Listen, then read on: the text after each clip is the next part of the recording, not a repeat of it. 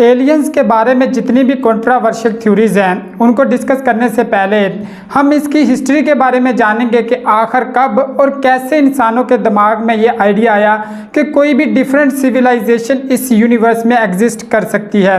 इसकी सबसे पुरानी तारीख हमें 99 ईयर्स BC में मिलती है, जब उस वक़्त के एक पोइट जिसका नाम था लुक्रेटियस, उसने कहा था कि इस कायनात में कोई भी चीज़ अकेली और यूनिक नहीं है, इसलिए ये पॉसिबल है कि जिस तरह इस अर्थ पे डिफरेंट तरह के आदमी एग्जिस्ट करते हैं, इसी तरह के दूसरे डिफरेंट सिविलाइजेशन एग्जिस्ट कर सकती हैं किसी भी दूसरे प्लैनेट या स्पेस में कहीं भी। लेकिन इसके प्रूफ के हवाले से बहुत सारी जो थ्योरीज हैं वो पाई जाती हैं। आजकल बहुत ज़्यादा जो ट्रेंडिंग में न्यूज़ चल रही होती हैं वो UFOs के लेकर होती हैं, यानी कि अनडिफाइंड फ्लाइंग ऑब्जेक्ट्स। बहुत ज़्यादा इस तरह की केसेस रिपोर्ट हुए हैं जहाँ पे ये देखा गया है कि दुनिया के किसी भी कोने में एक डिफरेंट टाइप की चीज़ देखी गई है जिसे हम UFOs भी कहते हैं और इसको एलियन के साथ मंसूब किया जाता है। सबसे पहले तो हम UFOs के बारे में भी देखेंगे, UFOs होती क्या है, साइंस इसके बारे में क्या कहती है, और साथ में हम ये भी देखेंगे क्या इनको एलियंस के साथ मंसूब किया जाना दुरुस्त है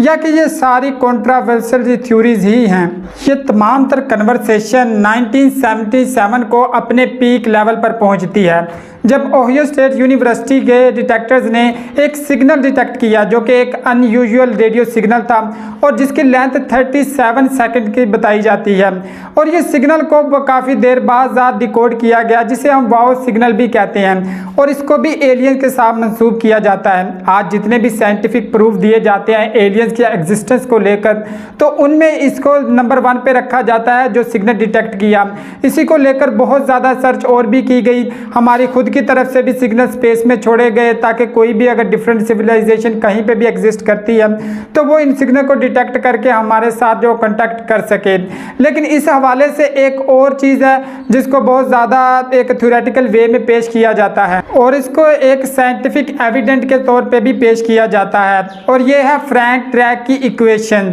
जो इसने 1961 में वो बिल्ड की थी। इसके मुताबिक हमारी मिल्की वे गैलेक्सी में तकरीबन 10,000 डिफरेंट सिविलाइजेशन है वो एग्जिस्ट कर सकती हैं। ये एक मैथमेटिकल प्रूफ था जिसको लेकर काफ़ी सारा डिस्कशन की गई, लेकिन जो ही ये इसके बाद हमें वाव सिग्नल मिला था तो ये अपने पीक लेवल पे ये कन्वर्सेशन पहुंच चुकी थी। लेकिन कुछ और भी इस हवाले से सबूत दिए जाते हैं कि डिफरेंट सिविलाइजेशन है वो एग्जिस्ट कर सकती हैं। हम UFOs को डिस्कस करने से पहले कुछ और इसके एविडेंस के बारे में भी देखेंगे कि जो साइंटिफिक तरीके से किए जाते हैं। अगर हम सादा थ्योरीज की बात करें या हम लोगों के ख्यालात की बात करें तो वो तो बेतहाशा है, लेकिन आज की वीडियो में हम सिर्फ साइंटिफिक वे में ही डिस्कस करेंगे कि कौन कौन सी चीज़ें एविडेंस के तौर पर पेश की जाती हैं और क्या क्या लाज हैं जिनके ज़रिए से ये डिपिक्ट किया जाता है कि डिफरेंट सिविलाइजेशन जिसे हम एलियंस भी कहते हैं वो एग्जिस्ट करती हैं। सर्च फॉर एक्स्ट्रा टेरिकल इंटेलिजेंस जिसे हम SETI प्रोजेक्ट भी कहते हैं, साइंटिस्ट का ये एक बहुत बड़ा प्रोजेक्ट था जिसके ज़रिए से मुख्तलिफ जो रेडियो सिग्नल्स हैं वो भेजे जाते थे स्पेस में, ताकि अगर कोई डिफरेंट सिविलाइजेशन है, कोई एलियंस हैं, वो इनको डिकोड करते हैं तो वो हमसे कांटेक्ट में आ सकें। और इसी के साथ साथ जो डिफरेंट एक्सरे या दूसरे रेडियो सिग्नल्स हैं उनको डिटेक्ट करने के लिए भी ये प्रोजेक्ट काम करता रहा है। फरवरी 2003 में इसने एक अनयूजुअल जो सिग्नल डिटेक्ट किया था उसको लेकर भी काफ़ी सारी बहस की गई। इसके अलावा बहुत सारे आपको हज़ारों की तादाद में UFOs के बारे में भी रिपोर्टें मिल चुकी हैं जिनमें मुल्क काफ़ी सारे मुल्कों के डिफरेंट प्लेसेस पे ये चीज़ नोट की गई कि उन्होंने डिफरेंट टाइप्स की जो UFOs हैं वो हवा में उड़ती हुई देखी हैं। लेकिन इस के मौजू पे हम अलग से भी एक वीडियो बनाएंगे जिसमें डिस्कस करेंगे कि UFOs दर हकीकत में होती क्या हैं। लेकिन फिल वक्त UFOs को इनके साथ ही मुंसलिक किया जाता है। साइंस हमें ये कहती है कि ज़्यादातर जो UFOs है ना उनके जो हमारी सर्च है वो काफ़ी हद तक कंप्लीट हो चुकी है और वो हमें पता चल चुका है कि वो डिफरेंट टाइप्स के जो प्रोजेक्ट थे उनमें ये इस्तेमाल होती, जैसे अमेरिका ने अपनी वॉर के लिए इस्तेमाल किए थे कुछ जेट त्यारे वगैरह, तो उन्हें भी लोग UFOs ही समझ लेते हैं। लेकिन फिर भी कुछ ऐसे प्रूफ भी हैं, कुछ ऐसे एविडेंस भी हैं जहाँ पे ये देखा गया है कि अनयूजुअल चीज़ फ्लाइंग करती हुई हवा में दिख जाती है, इसीलिए उनको अनडिफाइंड फ्लाइंग ऑब्जेक्ट्स की कहा जाता है कि उनके बारे में कोई ख़ास हमारे पास मालूमात नहीं है। लेकिन हमारे यहाँ उनको एलियन से ही मंसूब किया जाता है कि शायद एलियंस हैं जो हमारे पास आते हैं और हमारी अर्थ को वो कॉन्टैक्ट में लेकर आते हैं। आर्थर सी क्लार्क के मुताबिक दो ही पॉसिबिलिटीज़ हैं, या तो एलियन एग्जिस्ट करते हैं या फिर नहीं करते। ये दोनों ही हमारे लिए टेरिफाइंग है या खौफ का बाइस है, क्योंकि अगर एग्जिस्ट करते हैं तो ये थ्योरीज पाई जाती हैं कि उनके अगर हम कांटेक्ट में आते हैं तो हो सकता है कि वो हमसे काफ़ी ज़्यादा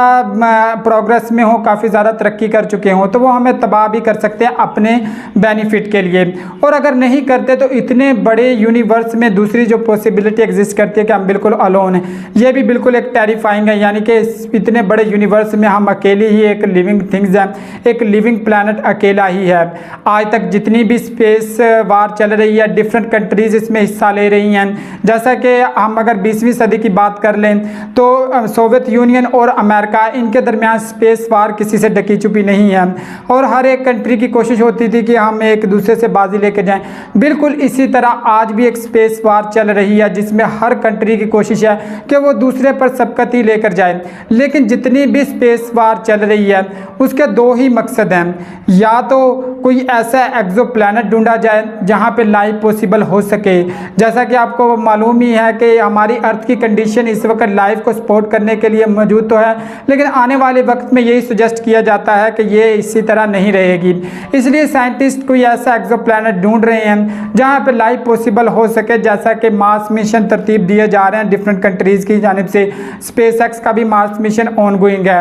इसी हवाले से दूसरे जो गैलेक्सीज में भी जाके देखा जा रहा है कि कोई ऐसा प्लैनेट मिल सके जिस पे लाइफ पॉसिबल हो सके। और सेकंड जो स्पेस प्रोजेक्ट्स हैं वो या तो इंसानों को फ़ायदा पहुंचाने के लिए भी है, जैसे इंटरनेट या वेदर फोरकास्टिंग वगैरह, लेकिन उससे भी बढ़कर है एलियंस की खोज, कि कोई ऐसी डिफरेंट सिविलाइजेशन की खोज की जाए कि जो